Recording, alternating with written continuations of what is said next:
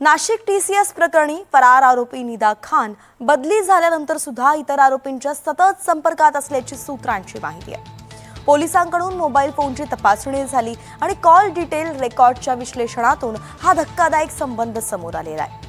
नोकरी सोडल्यानंतर सुद्धा निदा खान इतर आरोपींसोबत सातत्याने संपर्क ठेवून होती।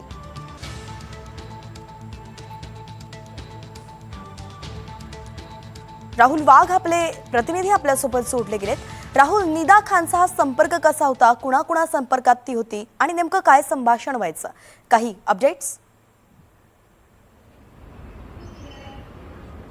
नाशिकमध्ये लैंगिक अत्याचार, धर्मांतरण व विनयभंगाचं गंभीर प्रकरण उघडकीस आलं होतं। हे संपूर्ण प्रकरण उघडकीस आल्यानंतर या प्रकरणी एका बहुराष्ट्रीय कंपनीमध्ये काम करणाऱ्या 9 पीडित महिलांनी पुढे त्या संदर्भातली तक्रार नाशिक पोलिसांकडे केली होती आणि नाशिक पोलिसांनी या संपूर्ण प्रकरणाचं गांभीर्य लक्षात घेत नाशिकच्या विविध पोलीस ठाण्यामध्ये 9 गुन्हे देखील दाखल झाले होते आणि या संपूर्ण प्रकरणाचा तपास एसआयटी मार्फत केला जात आहे। या प्रकरणी आतापर्यंत 7 आरोपींना ताब्यात घेण्यात आलेले आहे। मात्र या सर्व प्रकरणाचा मुख्य सूत्रधार समजला जातो निदा खान ही अद्याप फरार आहे। तिच्या जामीन अर्जावरती अटकपूर्व जामीन अर्जावरती उद्या सुनावणी पार पडणार आहे। परंतु आता संशयित आरोपींच्या मोबाईलमधून काही धक्कादायक पुरावे एसआयटीच्या हाती लागले असून त्यामध्ये निदा खान हिची बदली झाल्यानंतर देखील ती सातत्याने संशयित आरोपींच्या संभाषणात होती, त्यांच्या संपर्कात होती, त्यांच्याकडून ती या सगळ्या गोष्टींची अपडेट्स आणि माहिती जाणून घेत होती।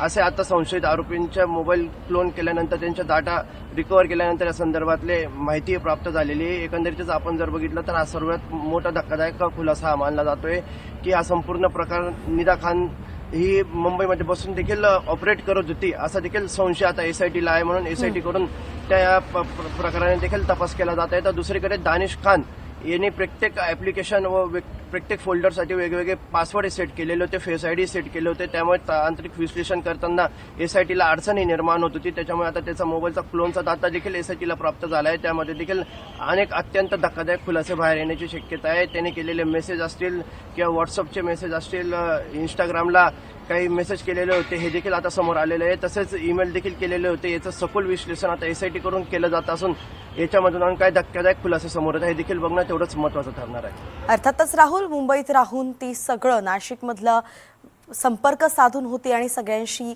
बातचीत करायची, त्यामुळे हे सीडीआर तपासणं महत्त्वाचं आहे। धन्यवाद सविस्तर अपडेटसाठी।